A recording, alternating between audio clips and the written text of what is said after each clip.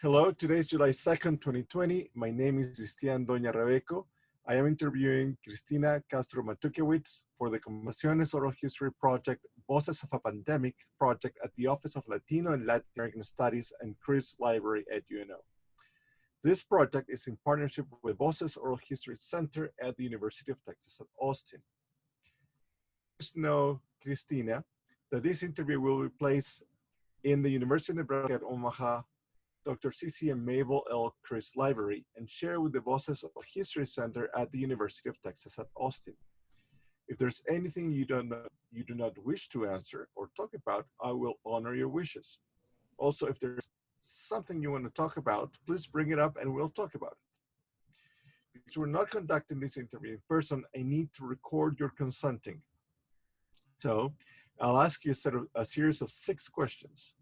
Please say, yes, I agree, or no, I do not agree after each one. There are several questions we need to make sure you agreed to before we go on. And these are the questions.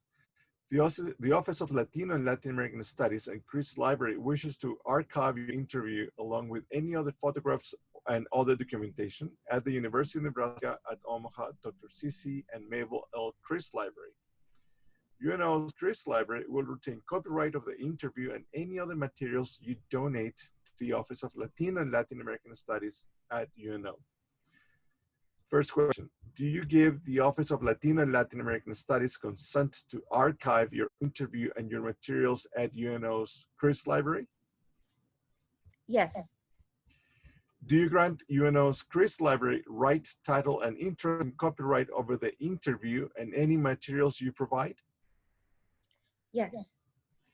Do you agree to allow UNO's Chris Library to post this interview on the internet where it may be viewed by people around the world? Yes. Do you grant the Office of Latino and Latin American Studies consent to share your interview and your materials with the Voces Oral History Center at the University of Texas at Austin for inclusion in the Voces of a Pandemic Oral History mini project, which will include posting the interview on the internet? Yes. We have many questions in a pre-interview form that we already filled out. We used the information from the pre-interview form to help in research. The entire form is kept in a secure Voces server at the University of Texas at Austin. Before Voces sends it to the Benson Library at UT Austin and Chris Library, we'll have stripped out any contact information for yourself or family members so that it will not be part of your public file. Your public file will only be accessible at the Benson Library and Chris Library.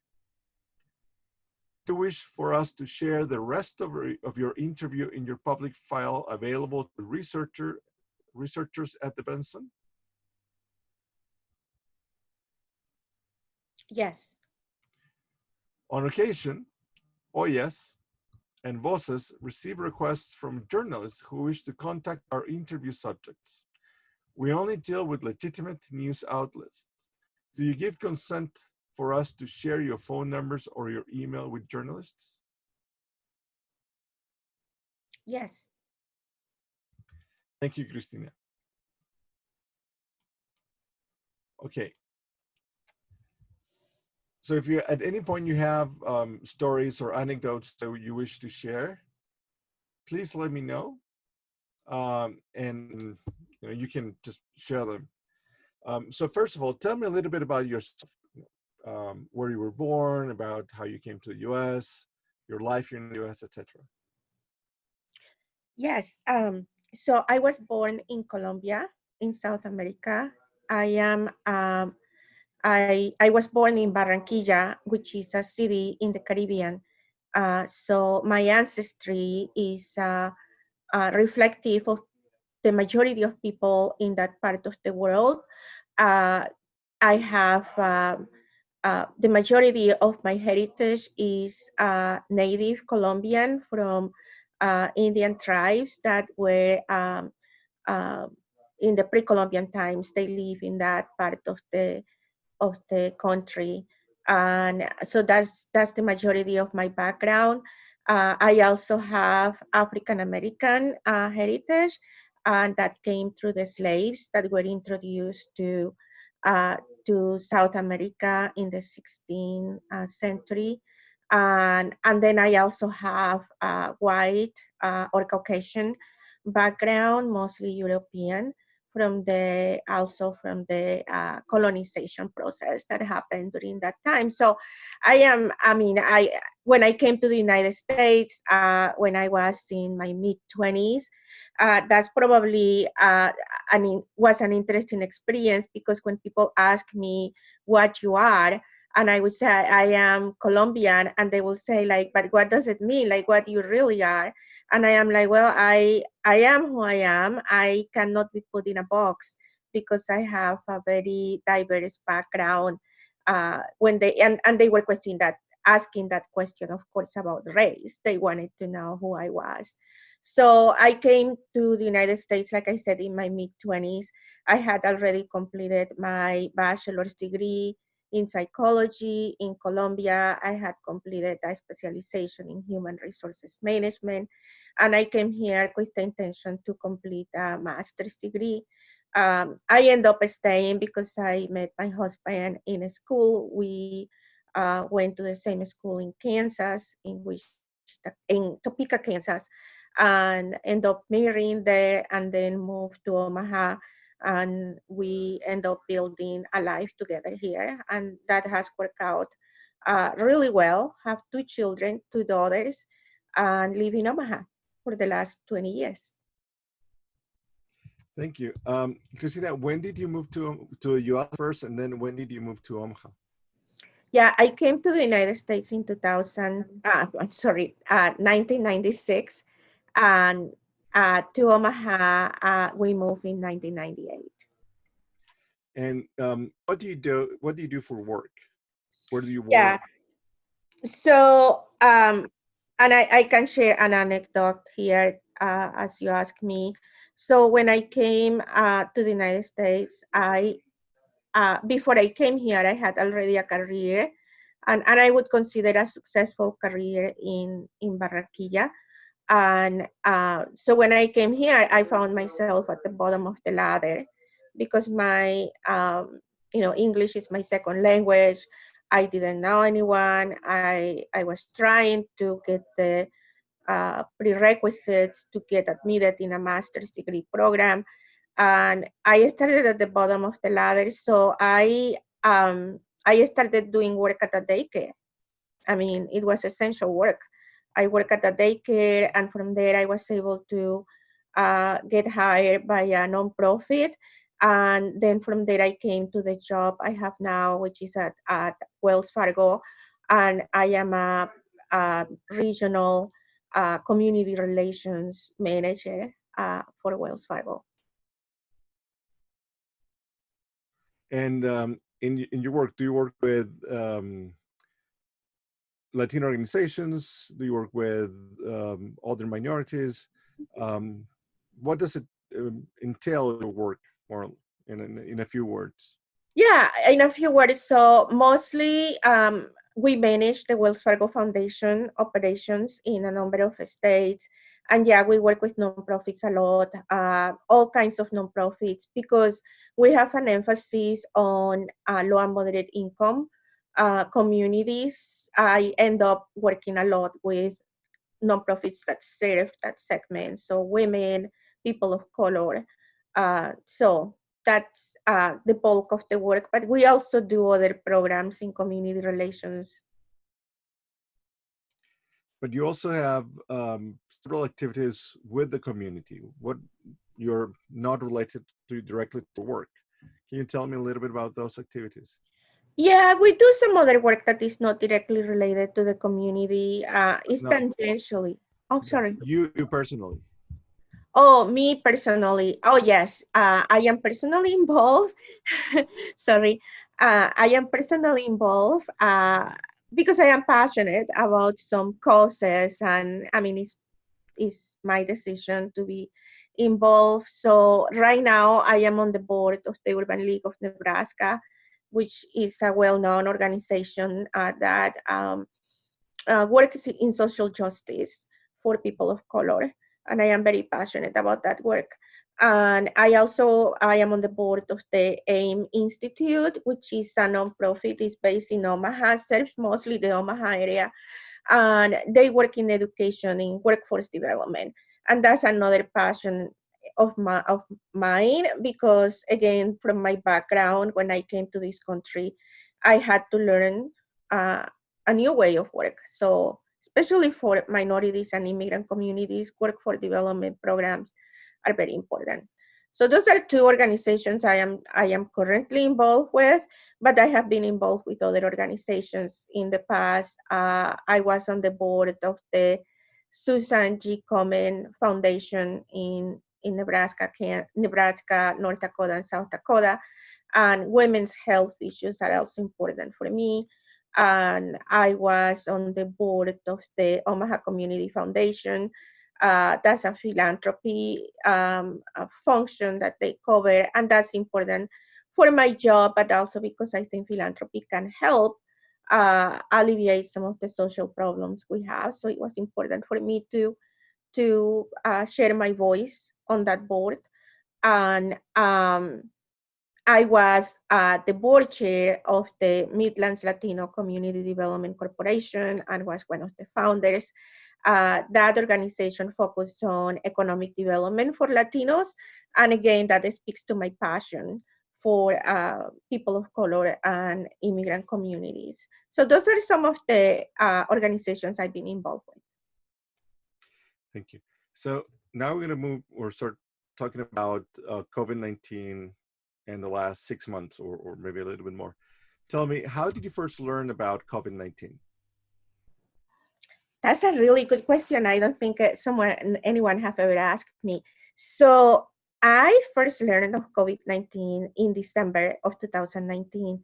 And, quite honestly, I have a subscription to a very Time magazine, which all of us know uh, what it is. And they had an article in December about this novel virus that was starting to develop um, in the central province of China in Wuhan. And I do remember clearly that they had a map in that magazine in December, the first week of December. And they were saying that this one will be different. And the reason is because Wuhan was not just a manufacturing center for China, but also a transportation hub. And they had like arrows and lines showing like, here is a train station, here is an airport, here is a bus station, and this is how close those places are from where the virus was supposed to have been originated. I was like, wow, this is gonna be, this is not good. This is not good news. And from there, it just went on and on and on, and it just went worse. Yeah. And when did you realize that was arriving into Omaha or to Nebraska, and the effects it could have in the city? Yeah, I followed the trajectory of the virus very closely from there. And, um, and I remember in January, February, I had sleepless nights thinking about this virus. And I mean, I knew this was going to be bad. And when it arrived to the United States in late January, I was like, this is it. I mean, there is no way to contain this. And when we had the first cases in Omaha, actually the first cases were in native cases, were people who were brought from some of the cruises and places where people had been infected, because we have a biocontainment unit in Omaha for infectious diseases. So those were our first cases, were imported that way. And then the community contamination started. And that's when I think most people here started to realize, oh, now it's here. And I was like, yeah, and it was just a matter of fact before it comes here. And so when did you stopped going to work in your office and you moved to, because you're now working at home? When did you start working at home? Yeah, it was in the middle of March. I think my company was very proactive in making decisions about working from home. And for people in my type of job, that is really easy to make that transition from office work to home based work. That decision was made right away. So I have been working from home since middle of March. Mhm. And how has COVID impacted you and you and your family? So you have two daughters that they are in college and in high school, if I'm not mistaken. Um, and your husband, how has it impacted you as a family in terms of working from home, um, people in your family outside of the US, in Colombia, etc.? Yeah, I would say that COVID-19 has impacted all of us and every aspect of our life. We are fortunate that so far we have not gotten infected, neither in my family here, my nuclear family here, or my family in Colombia, but we have been impacted in many ways. I mean, the fact that both my husband and I are working from home and we have to navigate the new circumstances, dividing the house is almost like a map in the house. What is his work area? What is my work area? For my two daughters has been also a very difficult transition. Neither one of them was able to finish school on site. They had to transition to online learning. And I have my oldest daughter has also um, some pre-existing health conditions that put her at risk. And she had to quit her job uh, in order to stay safe. So that added more constraints and a huge impact for her because she loves her job. She's something she likes doing, and well, she goes to school. For my younger daughter, she was graduating from 8th grade this year, and all the activities were canceled. And I could see how her motivation and her excitement for finishing that part of her life, her education, was vanishing as the notices for events being canceled um, were communicated, and that was really tough. She wasn't able to be together with her friends from 9 years of schooling because of all the activities that were canceled. And my family in Colombia has been under the gun as well. The social and physical restrictions are more intense there. And some of my family members that have been fortunate to work from home, their salaries have been reduced up to 50%. So that has had also an economic impact uh, for the family. And some of them have lost their jobs due to the pandemic. So it's been very impactful for all of us in different levels.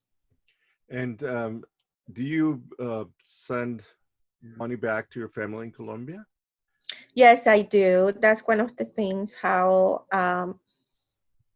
you can be supportive and help, and sometimes it's not even just the money.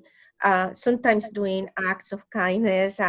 I for So I have a friend who lost her job in Colombia because of this, and she resorts to selling some stuff. I mean, she sells like cheese, like artisan cheeses and things like that. So I came up with the idea of making a bulk order of what she's selling, and then sending it to my family, to each one of my siblings and nieces. And so that made their day to get a gift, but also help my friend.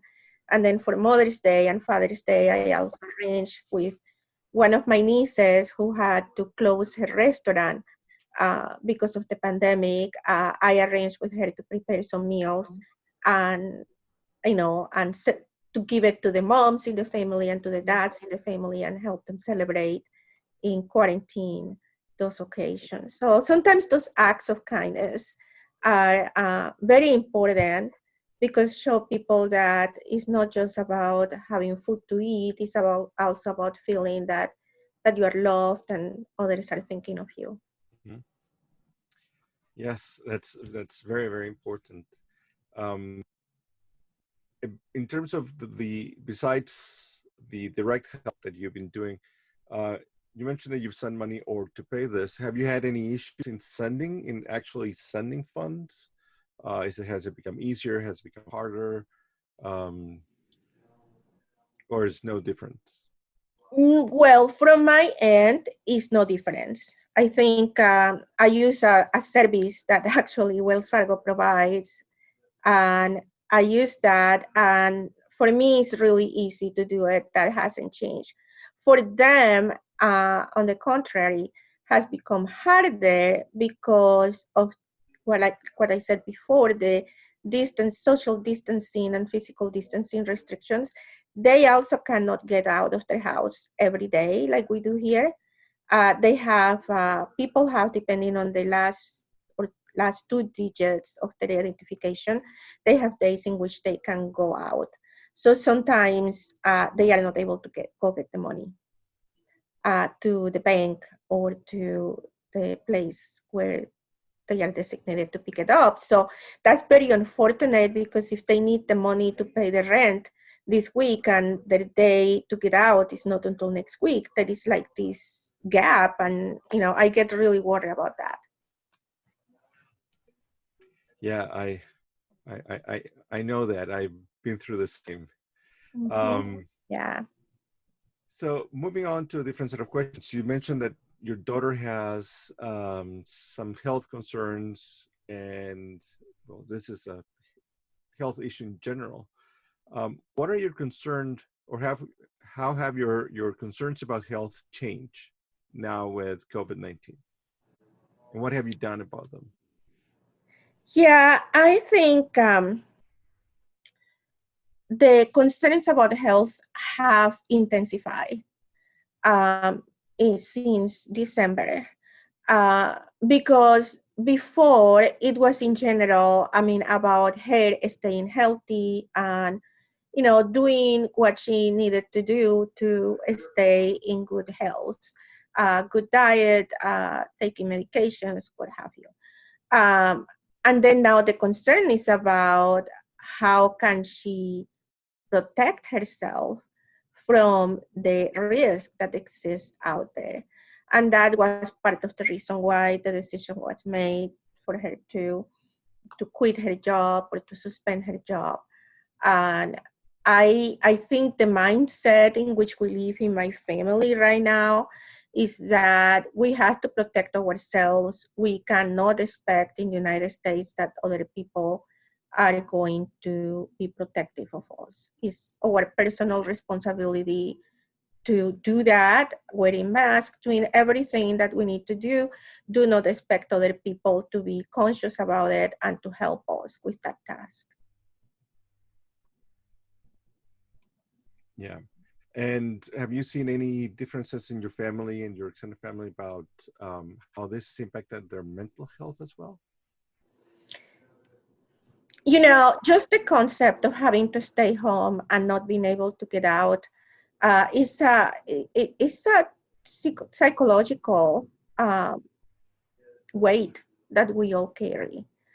And I would say here is not as bad as in Colombia because there is very strict, and I think it's harder. So I should not complain, and I am not, you know, insinuating that I should complain, but it still is hard because it still is there. The fact that you can go out. I mean, I can go out in the next hour if I want, but the limitations that are there because I know that I have to protect myself. So it's not physical, it's psychological, and it causes stress. I mean, I have nightmares about that. Yeah. And so my children, I can see my daughters being, reluctant sometimes to go to places that are considered safe or less risk because they don't want to be exposed and leaving the house without a mask. Oh my gosh, no. God forbid, right? That's such an essential thing to leave. Better forget your cell phone than your mask. Yeah. Yeah, completely. Um, so you've been an active member of the community, both in your job in Wells Fargo and then in the several other organizations that you have worked, that you participate as volunteers, community work. Um, how do you think the work of those organizations themselves, so the Omaha Community Foundation, the Urban League, AIM Institute, has changed due to COVID-19? Oh goodness, yes, it has changed. How it has changed. They had to exercise their flexibility muscles uh, and pivot their programs and services to to make sure that they were responsive to the situation. And I would say for the Omaha Community Foundation, for example, in May every year for the last 7 or 8 years, they have had a campaign. It's called Omaha Gives. And huge part of that campaign, I mean, the campaign is to promote giving in the community and encourage people to donate to nonprofits on Omaha Gives Day. But big part of that campaign is doing social events that are usually is the non-profits participating, encourage people to get together and to come and celebrate giving. And none of that could happen this year. It just happened virtually, and that's a big change. And for them, it meant having to be very nimble and flexible when they created a fund to help nonprofits to with the needs that they have with the pandemic. I mean, the nonprofits that are in the basic needs area, they were providing grants to those nonprofits to help them serve their constituencies. And having to raise that money so quickly was a challenge, but they had to do it. They had to shift priorities. They were on a, on a track that they were working out, and all of a sudden it's like, oops, stop that. Let's move to this because this is an emergency. And organizations that have that ability to be flexible usually respond well in those circumstances. The Urban League was even more drastic, I think, because 100% of their programs are in person. They have, for example, a youth attendance navigator program, which is one of my favorites. And they track students who are at risk of truancy in a school, and they assign a navigator that helps them, checks with them every day to make sure that they go to school and that they attend classes and that they are attending the after school program. Um, so what do you do if the school is closed? And you're not supposed to be close to people. I mean, social distancing. So huge changes to their programs. How do you pivot those programs to become online or virtual programs overnight? It's a huge task, and I am proud that they have been able to convert their programs into a virtual format and try to be as responsive as they can. And in terms of the funding that these organizations receive, these donations through Omaha Gives and others, do you think that they went down a lot? They did not change? Mm-hmm. That's a really good question. And I would say I will put my philanthropy hat here and say that it's a mixed bag. I think organizations that are in that basic needs pocket have fared better than organizations that are not, because people are donating and corporations, foundations, individuals are seeing the need and they are being responsive. I mean, and I would say I don't mean to, that they are the only ones, but let's say like a food bank or a homeless shelter. those are basic needs organizations, and people tend, to think about the basic needs. Who needs the most at this time? So I think they have received an influx of help that they need and is necessary for them in order to go through this time.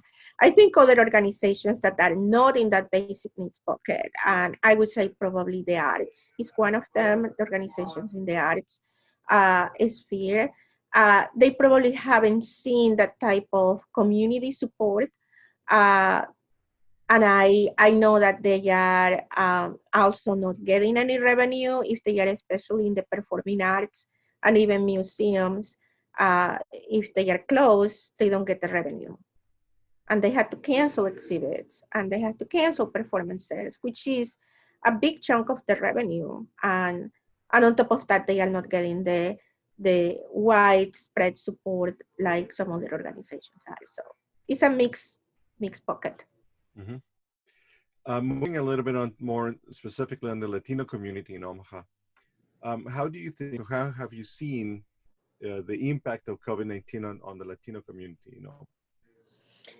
Yes, we all know how disproportionate the impact of COVID-19 has been in people of color and minority communities. And of course, there is a reason for that. We have a higher percentage of Latinos are working in in the service industry, in the what is called essential workers industry. And I think the meat packing plants are a good example of that. When the president of the United States and the governor of Nebraska declared that meatpacking plant workers were essential workers and they wouldn't allow for those plants to close, that put those communities, those individuals at risk immediately. And I understand that it's very difficult to transform a plant setting, a factory setting, to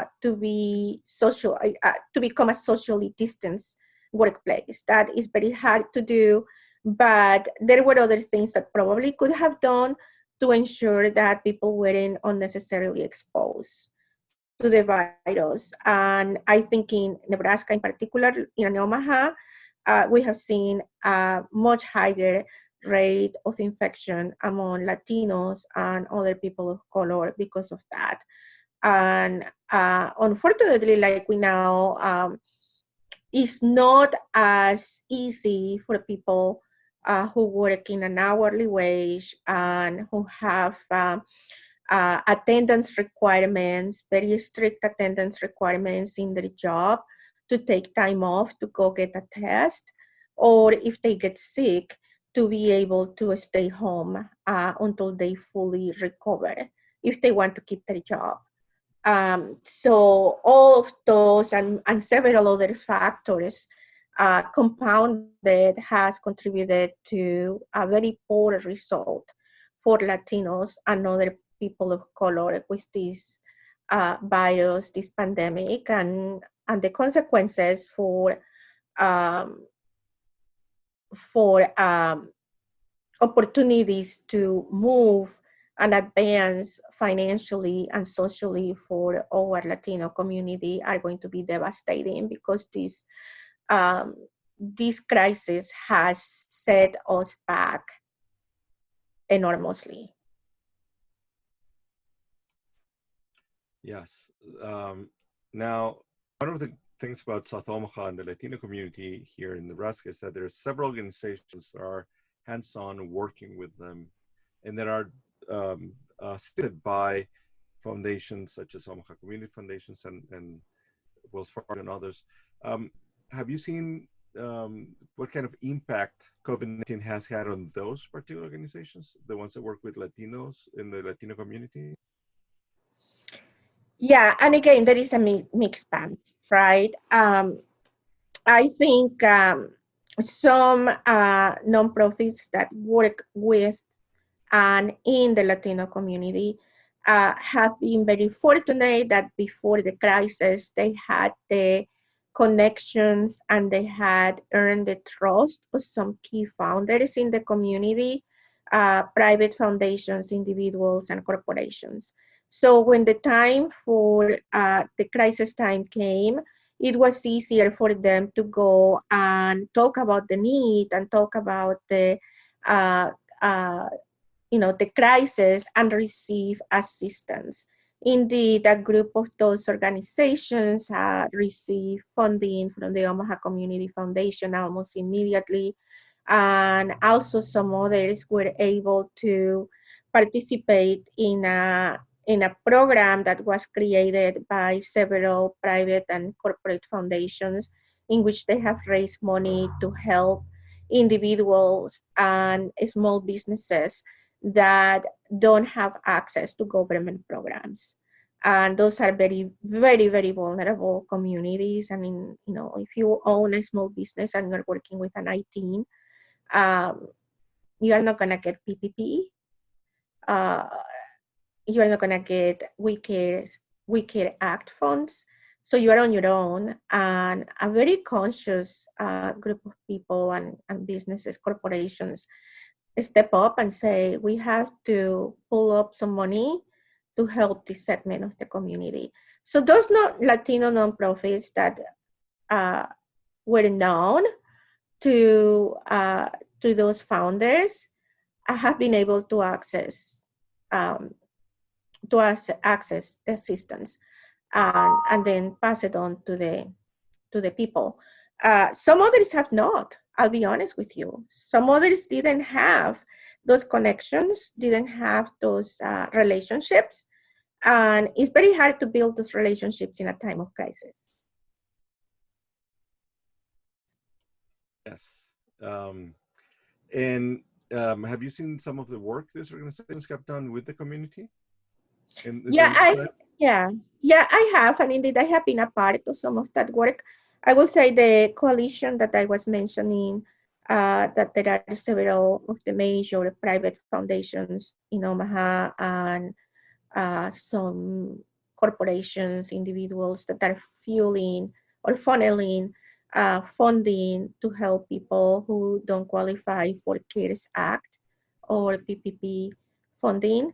I am a part of that group, and indeed the idea came because we were doing, and I want to say we at Wells Fargo, we were working on a similar program in South Dakota, and then we were talking to some people here in Nebraska, some nonprofits, and telling them, hey, this program in South Dakota, we helped to spearhead it, something like this. We're working in Nebraska, and they were thinking about the same. And some of those private foundations were thinking about the same. So it was a very a coalescence of interests and ideas that came together, and we provided some of the templates and background that helped to speed up the process here. So it took really a very small amount of time to get that coalition formed and the funding the funds to be raised and the money to get out the door. So yeah, I have been participating in some of those initiatives and have seen firsthand how um, Latinos of different um, uh, stages in life that are in need of $500, a $1,000 gift, and those are grants. Those are not loans. To make rent this month, how they have been helped. Yeah. We talked at some point yesterday, the other day, that you had participated in some of the social movements recently.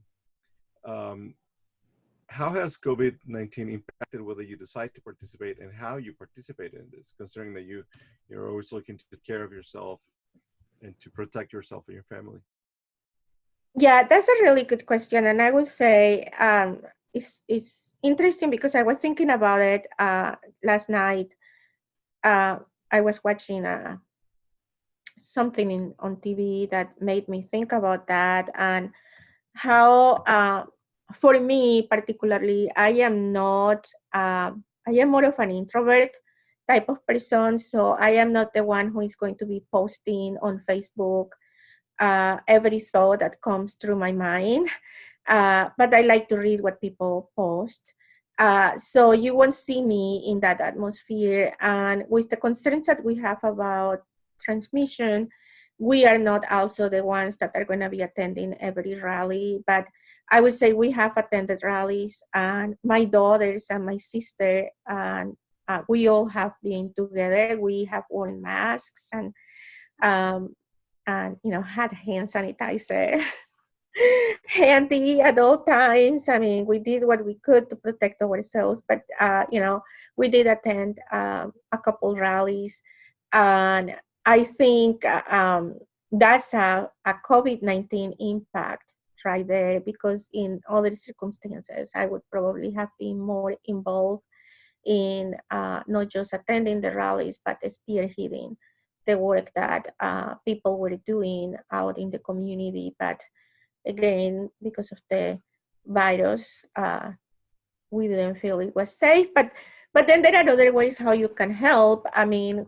we have donated funds to key organizations, have helped to educate. I mean, we have had tough conversations at home about um, the inequity that exists in this country. And those are tough, painful conversations, but we have had them, and I think that's important.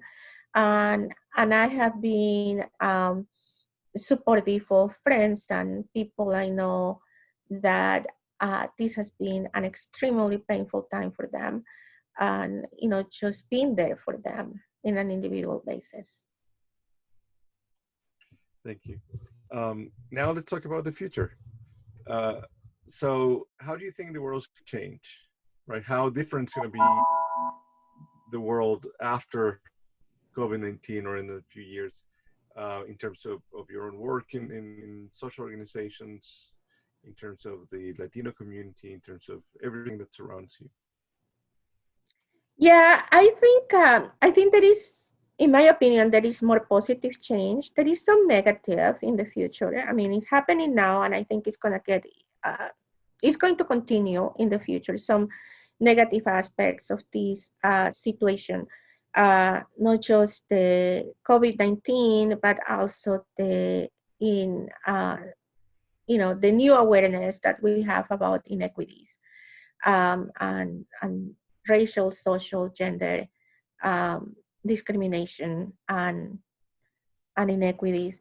So I think from the work perspective, I think corporations, businesses in general, are the ones that are serious about this. They are starting to realize that it's not about, let me say this, and I'm going to borrow this from the president of the Ford Foundation, who had a conversation with the CEO of Wells Fargo, and he said something about corporate America has to understand that the playbook has changed. The old playbook was let's put out a press release, let's make a significant donation to a few nonprofits, and let's do a couple internal events and maybe put someone on a board. And call it good. We did our part.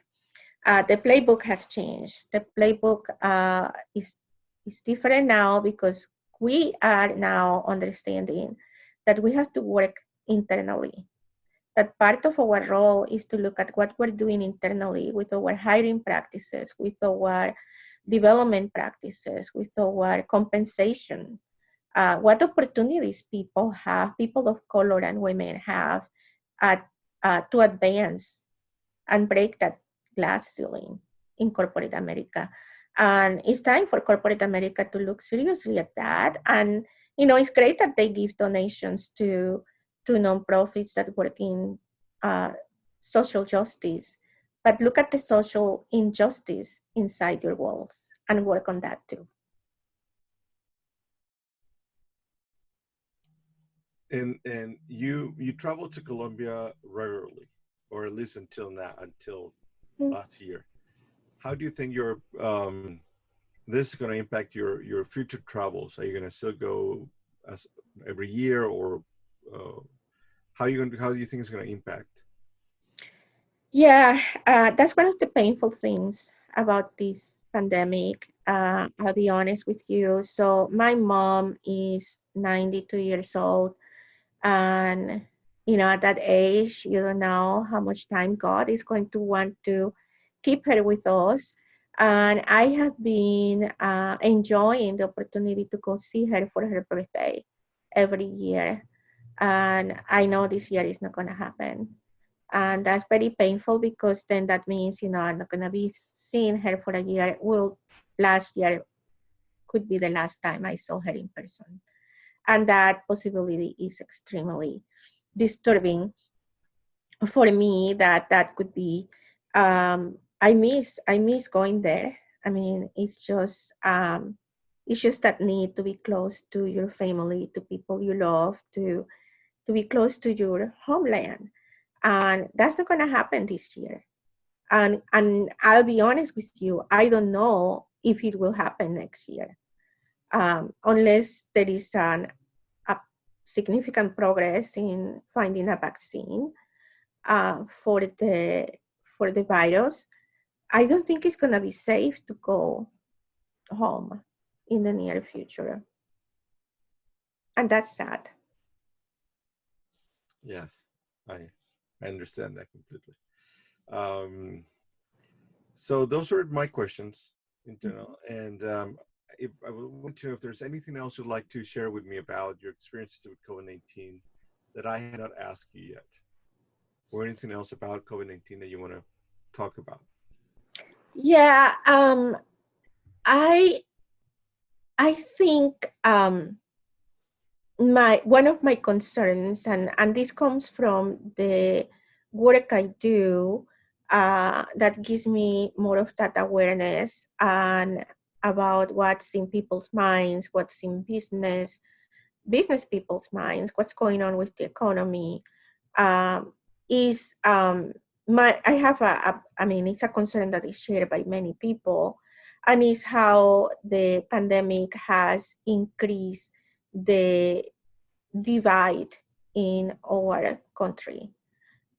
It seems like the people who were in both sides of the spectrum, in a radical position in both sides of the ideological spectrum, are digging their heels even further, and that is dividing our country, and that even more than it was before the pandemic. I mean, it's the conspiracy theories that are going on out there. I mean, it's fascinating, but it's scary.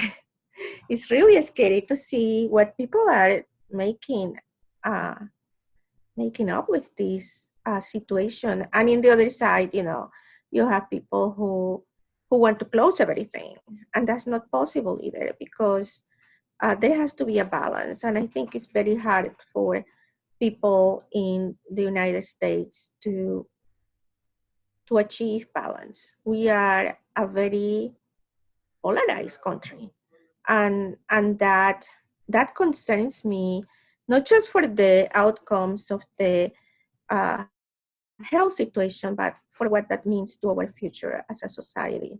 And I worry about that because I have, like we mentioned before, I have young daughters, and I was telling, but it gives me hope because I was telling my youngest daughter yesterday something like what I am saying. She's 14. And I was saying, like, I worry about you and the world in which you're going to live with things the way they are. And she's like, Mom, don't worry about me. The people from my generation are thinking much better about how to solve those issues than the people from your generation. We're going to do a better job at this.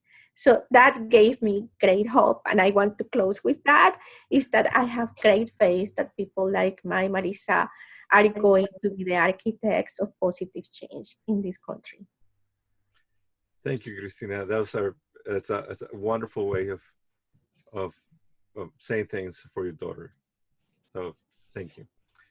I'm gonna stop the recording now, and so this is the end of the interview.